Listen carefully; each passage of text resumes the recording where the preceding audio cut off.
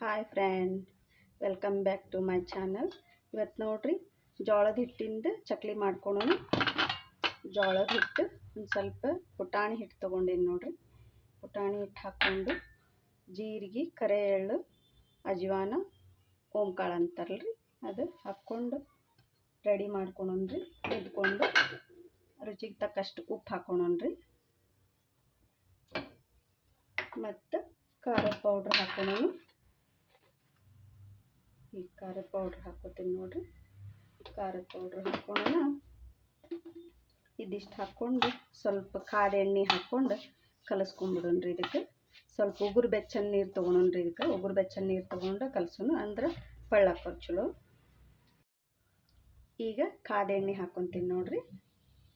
ಮತ್ತು ಆಮೇಲೆ ಬಿಸಿನೀರು ಹಾಕ್ಕೊಂಡು ಮೆದ್ದಿಟ್ಕೊಂಡ್ಬಿಡೋಣ ನೋಡ್ರಿ. ಸ್ವಲ್ಪ ಕಾದ ಎಣ್ಣೆ ಹಾಕ್ಕೊಂಡೇನ್ರಿ, ಮೆದ್ಕೊಂಡು ಬರ್ರಿ. ಇವಾಗ ಬಿಸಿನೀರು ಹಾಕ್ಕೊಂತೀನಿ ನೋಡ್ರಿ. ಸ್ವಲ್ಪ ಬಿಸಿನೀರಾಗ ಸಾಕು.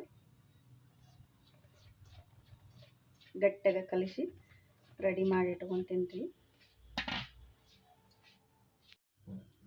ಹಿಟ್ಟು ರೆಡಿ ಆಗೈತೆ ನೋಡ್ರಿ. ಈಗ ಇದ್ರೊಳಗೆ ಎಷ್ಟು ಥರ ಚಕ್ಲಿ ಮಾಡ್ಬೋದಂತ ತೋರಿಸ್ತೀನಿ ನೋಡ್ರಿ ನಿಮ್ಗೆ.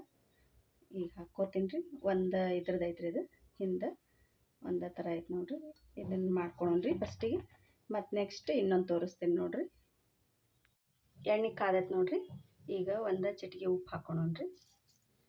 ಹಾಕ್ಕೊಂಡು ಇವನ್ ಚಕ್ಲಿ ರೆಡಿ ಇಟ್ಕೊಂಡೀನಿ ನೋಡ್ರಿ. ಈ ರೀತಿ ಹಾಕ್ಕೊಂಡ್ರಿ.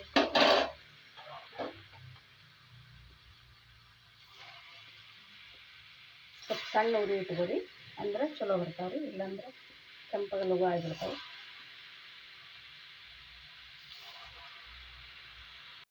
ನೋಡ್ರಿ. ಕೆಂಪಗೆ ಆದ್ರೆ ನೋಡ್ರಿ, ಸ್ವಲ್ಪ ಸಣ್ಣ ಉರಿ ಇಟ್ಟು ಬೇಯಿಸ್ಕೊರಿ, ಅಂದ್ರೆ ಚಲೋ ಕುರುಮ್ ಅಂತಿರ್ತಾವೆ. ಇವ್ನ ತೆಗೆದು ಮತ್ತೆ ಬೇರೆ ಥರ ಮಾಡಿ ಹಾಕೊಂಡು ನೋಡ್ರಿ. ಇದೊಂಥರ ಹಾಕ್ಕೊತೀನಿ ನೋಡ್ರಿ. ಈಗ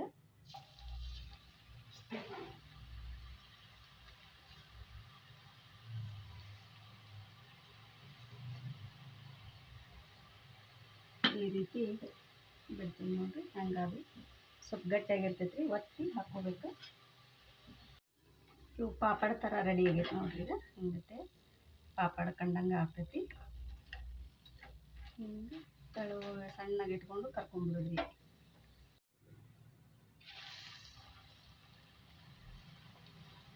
ಇದು ಒಂಥರ ಹಾಕ್ಕೊಂಡೇನಿ ನೋಡ್ರಿ. ಈಗ ದಾಣಿ ಟೈಪ್ ಈಗ ಹಂಗೆ ಕಾಣಿಸ್ತಾವೆ ನೋಡ್ರಿ.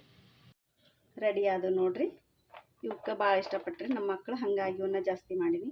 ಈ ಥರ ಇದ್ರ ಗತೆ ಮಾಡ್ಕೋಬೋದು. ಪಾಪಡ ಥರ ಚಕ್ಲಿ ಒಂದು ಜೋಳದ ಹಿಟ್ಟಿನೊಳಗೆ ಇಷ್ಟೆಲ್ಲ ರೆಡಿ ಮಾಡ್ಕೋಬೋದು ನೋಡ್ರಿ. ಹಬ್ಬಕ್ಕೆ ವರಮಹಾಲಕ್ಷ್ಮಿ ಹಬ್ಬದ ಶುಭಾಶಯಗಳು ಎಲ್ಲರಿಗೂ ರೀ. ಈ ರೀತಿ ನೀವು ಮಾಡ್ಕೊರಿ.